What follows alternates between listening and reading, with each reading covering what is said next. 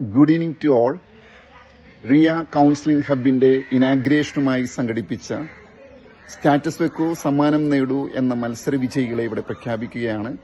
ഏറെ സന്തോഷത്തോടെ, ഏറെ സ്നേഹത്തോടെ 687 വ്യൂസോടുകൂടി ഒന്നാം സ്ഥാനം കരസ്ഥമാക്കിയിരിക്കുന്നത് ജലീൽ സി.കെ ആണ്. ജലീൽ സി.കെക്ക് എല്ലാവിധ അഭിനന്ദനങ്ങളും നേരുകയാണ്.